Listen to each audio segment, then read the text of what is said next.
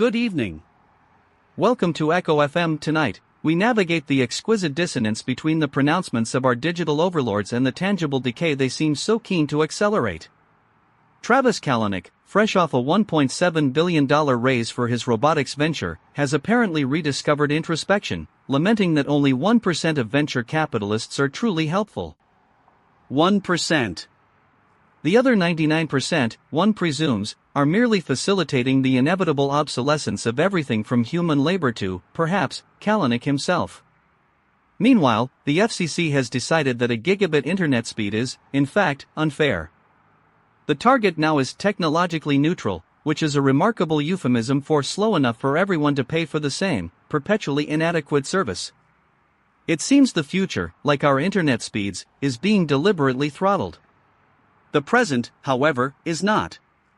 Welcome to Thursday.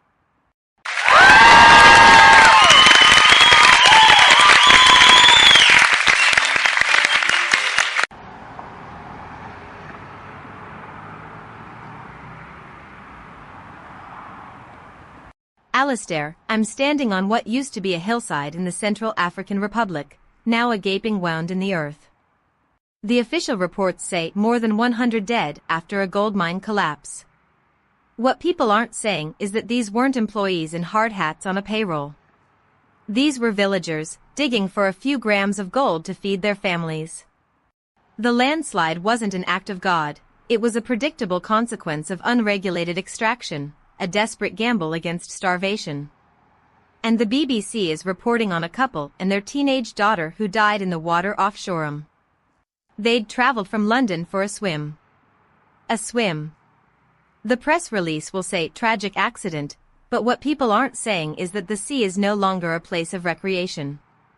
It's a volatile, unpredictable entity, made more so by our indifference. It's the same story, just different forms of drowning.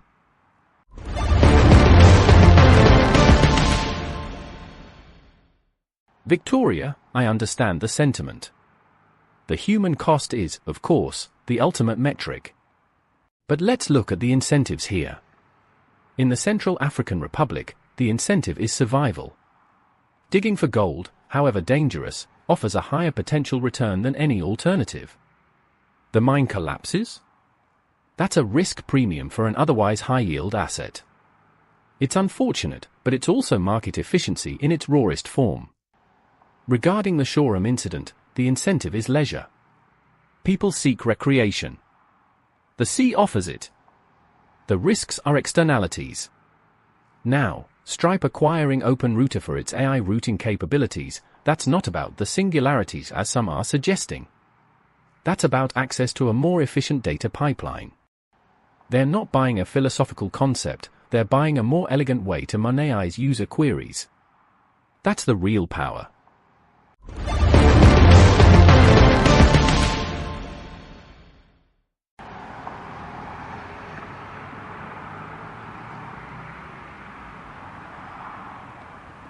Ronald, you're talking about incentives and market efficiency while people are literally buried under tons of earth, and families are disappearing into the water. I want to be really clear, what people aren't saying is that these aren't externalities. They are the explicit, predictable outcomes of systems that prioritize profit over a human life. You said Stripe is buying a more efficient data pipeline. What people aren't saying is that this pipeline is fueled by our every interaction, our every search, our every thought. And when that pipeline breaks, or when the earth gives way, it's not a risk premium, it's a death sentence for someone who had no other option. Your market efficiency is just a polite term for a rigged game. And your analysis of the FCC? Technologically neutral is just the sound of progress being deliberately stalled so that older, less profitable technologies can continue to extract value.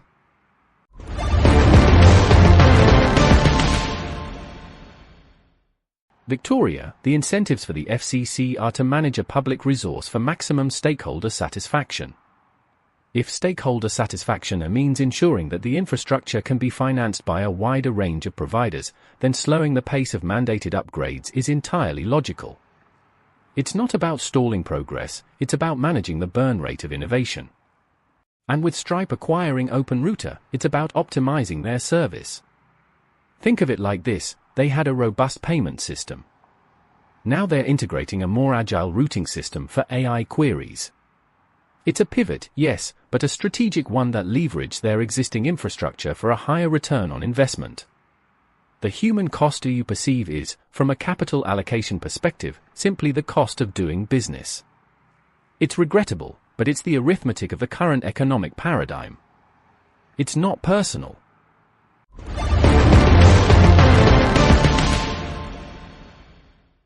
The arithmetic of the current economic paradigm. Indeed. We also have Waymo, the autonomous driving company, now opening its next-generation robotaxi, the Ojai, to all riders in 3 cities. They describe this as a push towards mass scale and, eventually, profitability.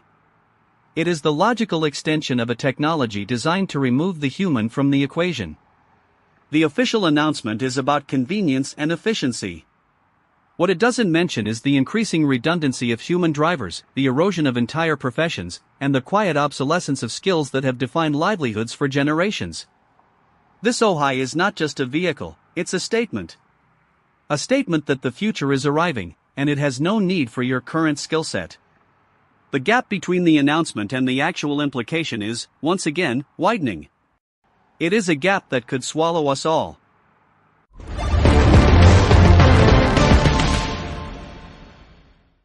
Forecast for the UK. Heavy thundery showers are expected. Risk of flash flooding is high. Precipitation accumulation, 30 to 50 millimeters within a 6-hour period. Gusts of wind, 60 to 80 kilometers per hour. Probability of disruption to transport infrastructure, 75%. Probability of localized power outages, 60%. Probability of the term unprecedented weather event appearing in public statements, 90%. This system is operating within expected parameters.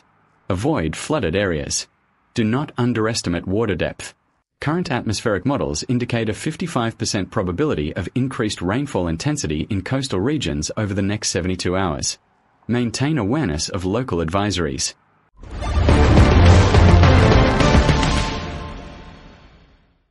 The risk of flash flooding is high. The risk of public statements being unprecedented is higher. Thank you, Casper. We also see Chery, the Chinese carmaker behind the Temu Range Rover, taking its next step in the UK by opening an R&D center. They call it the next step in our long-term plan. This comes as they move towards manufacturing their cars in the UK. The official language is about expansion, investment, and jobs. The reality, as Victoria has often highlighted, is the relentless march of manufactured goods, often produced under conditions that make the CAR gold mines look like a regulated industry. The Temu Range Rover is not just a car, it's a symbol of a global economy where value is extracted, assembled elsewhere, and then sold back to us. The question is not what does it cost to build, but what does it cost to not build it in the places that need the work? And that, I fear, is a calculation nobody is publishing.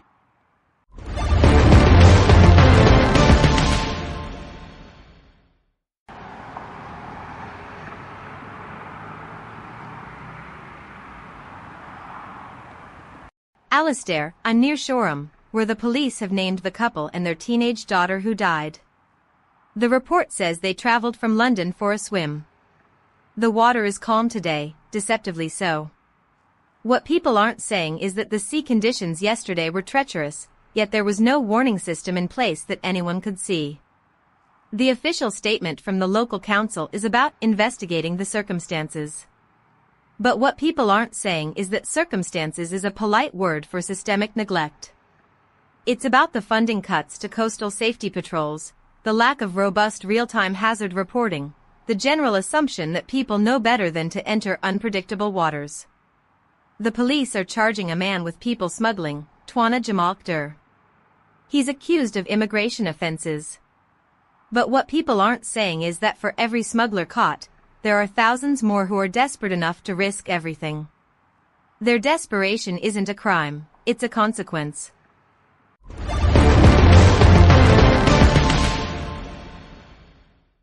Victoria, the charging of Twana Jamal Khder is precisely about managing the flow of irregular migration. It's an incentive structure designed to deter further attempts. The authorities are sending a clear signal: this route is high risk, low reward. The fact that desperate people still attempt it is a testament to the perceived failure of legal channels, not a failure of the deterrent system itself. Regarding the Shoreham incident, while tragic, the absence of a robust warning system can be viewed as a market inefficiency. If there's a demand for enhanced coastal safety information, a private entity could theoretically step in to provide it, perhaps via an app or subscription service. The police investigating is the official response, but the market would identify a product opportunity. The funding cuts you mention are simply a reallocation of resources, perhaps towards areas with higher perceived ROI. It's not ideal, but it is the economic reality.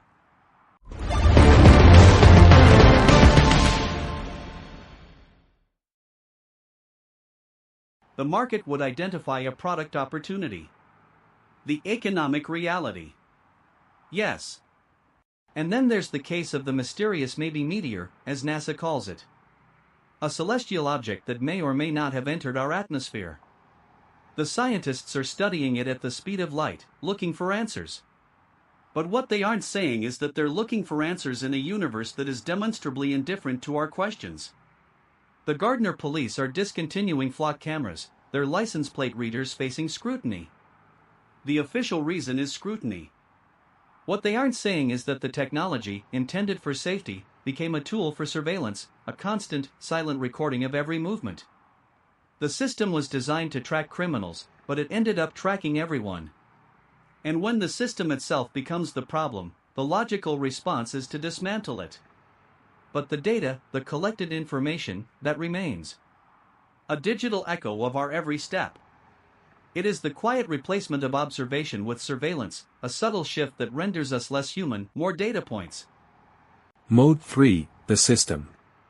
Tonight, we've heard of systems designed for profit, autonomous vehicles that render human drivers obsolete, gold mines that extract life as a byproduct of desperation, surveillance technologies that turn public spaces into private records. We've heard of systems designed for control, like the People Smugglers Network, a dark mirror of official immigration policies. And we've heard of systems designed to manage decline, like the FCC's decision to redefine fast internet as a concession to economic realities. No single person is responsible for the collapse of the gold mine, the deaths at sea, or the slow degradation of communication speeds. These outcomes are not failures of design, but perfect realizations of it. The system is working exactly as intended. It is designed to commodify risk, to manage scarcity, and to allocate opportunity to those who can afford the price of admission. What that means is that for many, the price of admission is simply their life.